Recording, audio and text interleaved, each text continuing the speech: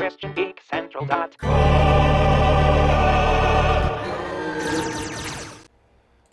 Well, my editing skills are crap. Let me move this over here. But can the same thing be said about Amazon Prime's Carnival Row? Stick around and find out. I don't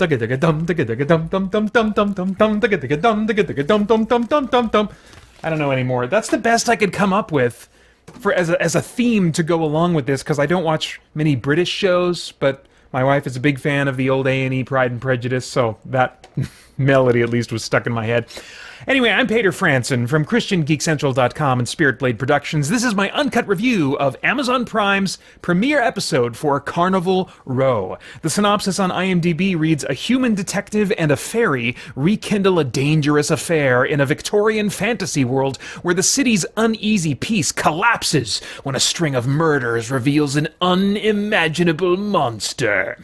Well, the unimaginable monster isn't quite revealed in this first episode, but that's a pretty good description. This thing is like such just talking about what this basic animal is in terms of the story, the pacing, the tone. What is this animal? It's a mashup, man. It's fantasy, crime, and racial/class struggle drama. It's dreary, it's serious, it's, raw, it's inspired by the slimy, cold gutter streets of Victorian England. Basically, you've got this alternate history where humans and fae being pixies, fauns, centaurs, etc., they're living together in this city, but not really by their own desires. The fae are refugees from a war-ravaged land, living in servitude or horrible conditions in the streets of this human city of what's called the Republic of Berg. So these Bergs are an empire of humans that used to be in the war against the fae, but 7 years ago said, no, we're done, we're pulling out, we'll just leave our rivals in this war, our fellow human rivals who are also warring against the fae, hoping to get their land or whatever. That's not clear. They're called the Pact. I think the Pact. That empire is still at war with the fae, forcing them out of their land, basically. So these former enemies of the fae, who gave up on the war 7 years ago, are now kind of like the very hesitant and I don't know what the word is I'm looking for, but they're not completely unwilling. They're willing to have the fae come and be refugees in their land, but they only give them the worst of jobs for the worst of pay and stuff. And so therein lies the class struggle, the racial struggle, and stuff like that. So there's complex world building going on in here in the form of these cultural dynamics and lots of slang terms that you just kind of have to get acquainted with, all packed into this first episode. I'm sure there's going to be more in future episodes, but thankfully for my taste, it's driven by characters with strong motives and haunted pasts. So normally I'm not interested in all the intricate world building and this fascinating like story structure that's just intricately and brilliantly constructed. No. Give me characters and performers playing the roles of those characters that pull me in and make me care for them or hate them or just feel something. That's what's really going to pull me into a story. And then I'm going to love the trappings of fantasy and sci-fi or horror or whatever you want to throw in there from geek genres to make it different and unique. So the central characters, a fae woman named Vignette and a human inspector named Rycroft, share a romantic past and both clearly still have strong feelings for each other, but there's this unrevealed event as of the pilot, which they still haven't given us clarity on, that broke off their relationship until they finally run into each other again in this premiere episode. And so there's conflict and tension, but still an underlying love for each other. I think you can watch it and see for yourself, but there's certainly just complexity there in that relationship. My first impressions of this show is that, Peter, dude, this this is your kind of show, you know. We'll see if that remains the case, but it had a really strong start for me. As far as the cast goes, Orlando Bloom, who you would know as Legolas from the Lord of the Rings movies, I think he also played Legolas in something else, but I'm trying to forget what that movie is. Anyway, he plays this great stoic, angry, and haunted Inspector Rycroft, who clearly has complex emotions under the surface. And so I think that as a performer, he's bringing some nice things for me to that character. Cara, I'm going to mispronounce her last name, Delevingne, maybe? She's a familiar face to me, but I only know her as the Enchantress from the Suicide Squad movie, and she plays the pixie, the female kind of lead in this, and she's this strong and determined character, and yet she's forced to live in this humiliating servitude, and so there's this great tension that she conveys really well to me, along with conveying her compassion for others throughout the story. And the supporting cast as well was all great for me, you know. Not necessarily like all brilliant and all blowing my mind, but they're all, you know, doing their jobs, and in many cases bringing these characters into play that were easy for me to hate or to feel compassion for, and I really appreciate that. As far as the stunts and visuals go, I gotta be, you know, just straight. There's some rough, to me, budget-looking wire work on the Pixies in this episode that looks kind of awkward or clumsy to me, and slow in this opening action shot that I'm like, she's doing a flip thing and it really just does not fit. I don't believe that she's really that effective or would be that effective in combat if she's doing her flip that slowly, you know.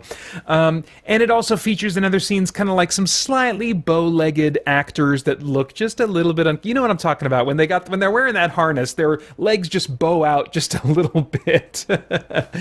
And especially from a straight-on angle, it just can look really uncomfortable. And so, you know, I'm overstating my disappointment in the wire work a little bit, because it's in many cases the status quo for wire work, but there are a few examples now and then of people performers who hide the fact that they're in a harness really well, or other things that they do to kind of hide that and minimize those kinds of telltale signs of wire work. And I just want so much more from wire work and flying effects these days. So the costumes and makeup felt much more real and grounded to me than they looked in early trailers. When I saw early trailers of this, I was like, this looks kind of ridiculous. I don't know if I'm going to be able to get into this or not. And the CG looks better too. The CG in some of the early trailers, I was like, it gave off that, well, very appropriately British television vibe, but in the sense that, like, and I'm not up with current British TV, so forgive me if this isn't currently the case, but my impression of British TV when they try to go for special effects type stuff is that the budget, the production quality isn't quite there, and so it can kind of look a little cheaper, you know, and that was kind of the vibe I was getting from early trailers of this, but I really felt much better about it watching the premiere.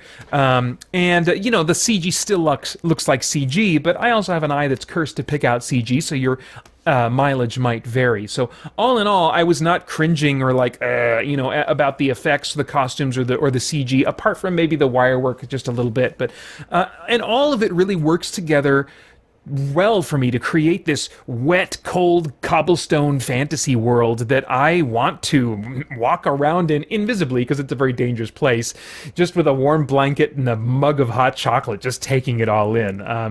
As far as themes go, is there anything of moral, philosophical, or spiritual significance going on in the themes that might stimulate some worthwhile thought or conversation? Well, racism and class struggles are at the center of the story.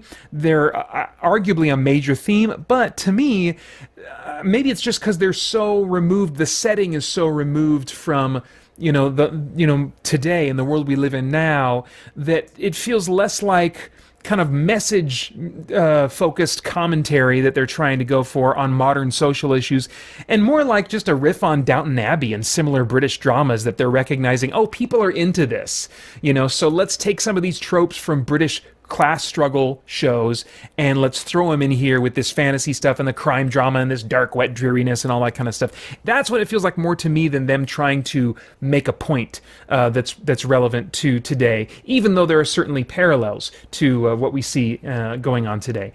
Now, I have no idea what your tastes are in entertainment, but if I were a time traveler, I'd go back in time and say, Peter, oh, dude, at least watch the pilot on this one. Now, just know that there are a couple brief scenes of nudity. They're not very well lit, but it's still way, way more than they need to convey any of that.